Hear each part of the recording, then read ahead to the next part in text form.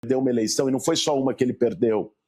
Essa história tem que ser trazida e valorizada. É lógico que a esquerda se renova, existem vários quadros que se renovam, que representam uma renovação na esquerda brasileira. Mas é a mesma coisa, depois do Pelé ter jogado 2 Copas, chegar em 70 e alguém dizer, não, o Pelé não tem que ser mais camisa 10, porque ele já jogou 2 Copas. Talvez o Brasil não tivesse ganho a Copa de 70.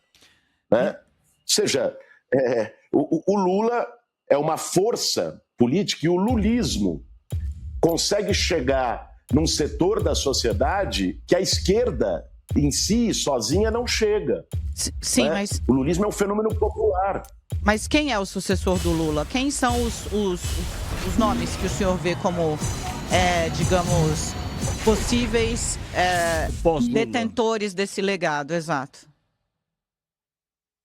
Olha, eu não tenho vocação para mãe de nada, Dani. Eu acho que isso vai depender de como vai se dar o processo político brasileiro. Isso não são projetos pessoais que se definem tal figura, aquela figura, uma outra figura. Né? Como vai estar o Brasil? O presidente Lula se reelegendo, e eu vou trabalhar arduamente em sua campanha para que ele se reeleja, assim como milhares, dezenas de milhares de militantes em todo o Brasil. Né?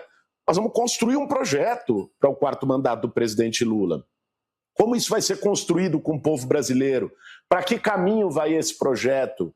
Né? Então, cada dia com a sua agonia. Eu acho que tudo ao seu tempo. Acho que o debate que está colocado hoje, com o mundo virado ao avesso, com o Trump jogando bomba em todo lugar, com uma extrema-direita, depois de tentado dar golpe nesse país, né?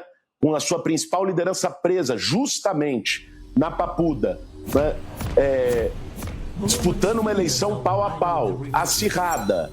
Eu acho que a menor preocupação agora é quem vai ser o sucessor do Lula. A maior preocupação neste momento é justamente reeleger o presidente Lula, salvar o Brasil mais uma vez do fascismo e mantê-lo num caminho de um projeto popular para as maiorias. Ministro, a questão da corrupção vai ser um tema importantíssimo nessa eleição e na sua primeira resposta, numa das primeiras respostas, o senhor já mencionou aí casos passados que envolvem o Flávio Bolsonaro, né? A rachadinha e outros aí. Com ministros, exatamente. Com personagens, né, afeitos também. Exato, quer dizer, o senhor já mencionou, né, nessa artilharia do governo contra o Flávio, a questão da corrupção figura com destaque. Eu pergunto para o senhor se isso é um tema em que o governo se sente confortável. Isso não é um tema um pouco delicado e até perigoso para o governo entrar, porque o outro lado também tem munição contra o governo, né? Alguns exemplos, as relações do filho do Lula, Fábio Luiz, o popular Lulinha, com lobistas do INSS.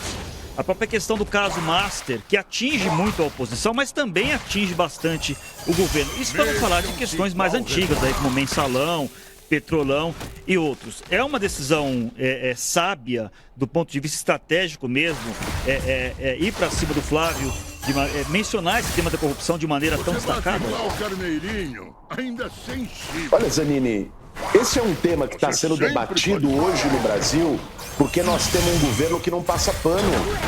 Nós temos um governo que garante a autonomia da Polícia Federal.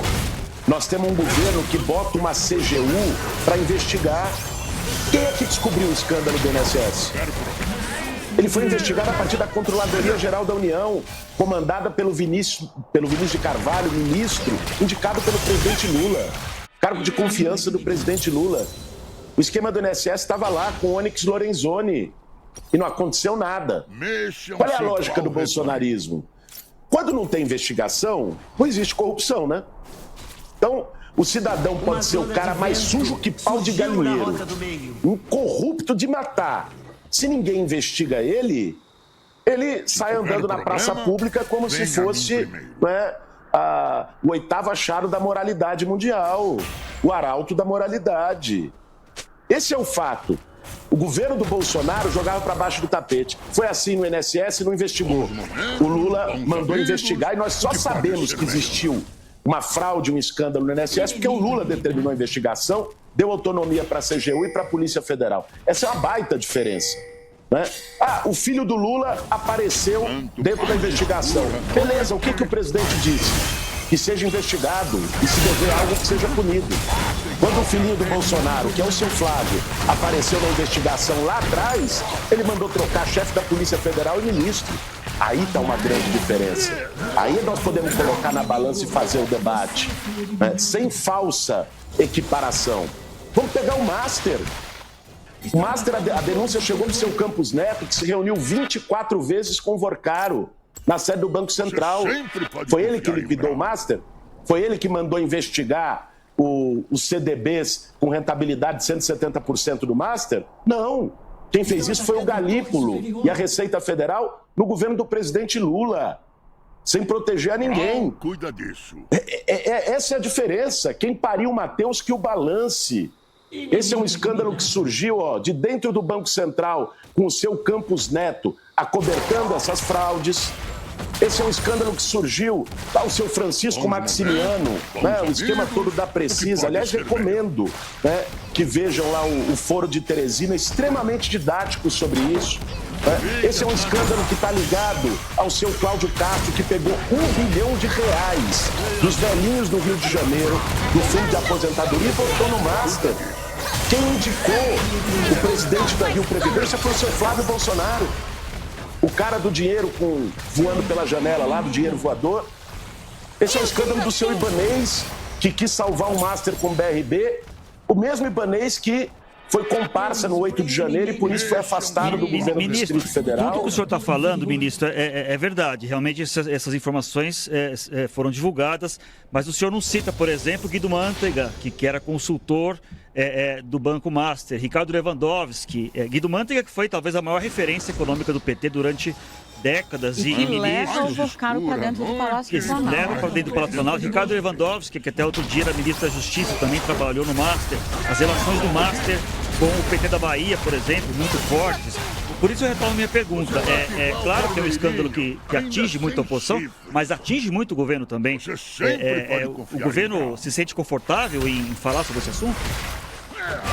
Zanini, quem determinou que se investigasse, deu autonomia para a Polícia Federal, foi o Lula. Se tiver qualquer tipo, uma coisa é ilação, né? Qualquer um que tem a língua pode falar. Outra coisa é comprovação. Mas por que uma coisa é ilação, do governo é ilação e do outro lado é comprovação? Calma. Me permita falar, claro, que eu te respondo. Por favor. É fato.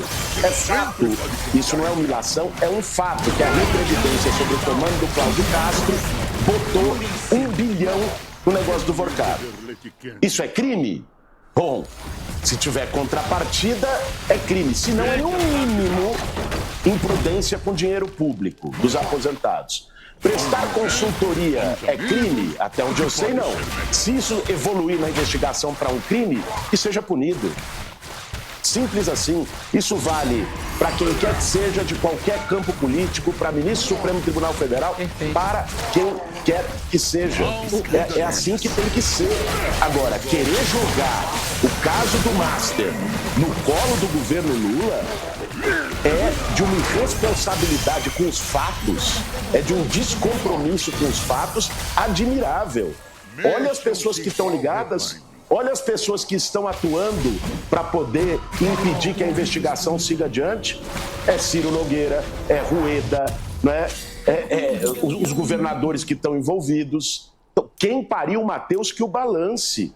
Se houver qualquer denúncia a pessoas ligadas ao campo, ao governo, né?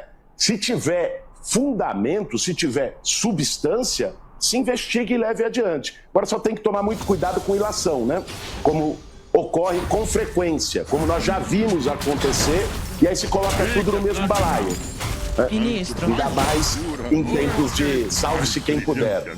Ministro, o senhor tocou num tema que eu considero, reputo muito importante, porque, para além do que o senhor está chamando de ilações, o que as pesquisas estão mostrando é que o envolvimento de personagens do Supremo Tribunal Federal, ou a citação a esses personagens e seus familiares, causou um rombo na imagem do Supremo e, de quebra, está respingando no governo. Acho que muito porque o Supremo, e em especial o ministro Alexandre de Moraes, teve uma predominância no noticiário pela forma como teve de levar, e aí justiça seja feita, né? Com muita austeridade, eu diria até em alguns momentos coragem, adiante o caso da investigação da tentativa de golpe, né? Quando tem as contas todas bloqueadas numa sanção internacional pelo presidente Donald Trump, afirmou que não ia recuar e seguiu com o julgamento que hoje deixa Bolsonaro aí às vias de obter prisão domiciliar por conta do agravamento do seu estado de saúde. Qual é a posição do senhor com relação ao Supremo? Em que sentido? Há uma ala que vem dizendo que o Lula deveria adotar uma espécie de distância prudencial do Supremo Tribunal Federal. Tentar restituir na cabeça das pessoas a ideia de que sim, os poderes são independentes, por mais que sejam harmônicos, mas um não interfere no outro. O senhor acha, por exemplo, que o presidente deveria propor uma reforma do judiciário? Olha, eu acho que o sistema e a institucionalidade brasileira precisam de grandes reformas. Eu acho que o judiciário precisa de uma democratização maior, é o poder com menor permeabilidade pelo povo. E isso nós, a esquerda, eu próprio, nós já dizemos há muitos anos, tá? Eu acho inadmissível o nível de farra que viraram os penduricalhos. Isso não só no judiciário, isso vale para todos os poderes, isso vale para os militares. Ou seja, isso precisa ser enfrentado. Você ter transparência, você ter lisura, você ter controle social sobre a atividade de qualquer poder é um elemento básico de uma democracia. Agora, isso não para no judiciário. Nós precisamos também de uma reforma institucional nesse país, né? Uma reforma do sistema político desse país para acabar com a farra das emendas parlamentares.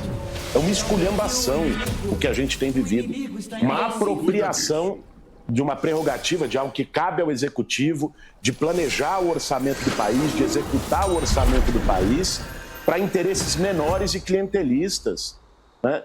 Nós precisamos discutir seriamente. Eu defendo, por exemplo, o voto em lista fechada, para que a gente consiga ter uma votação para o Congresso Nacional menos personalizada, para uma votação de projetos políticos, e você fortalecer a disputa de projetos políticos no país, né?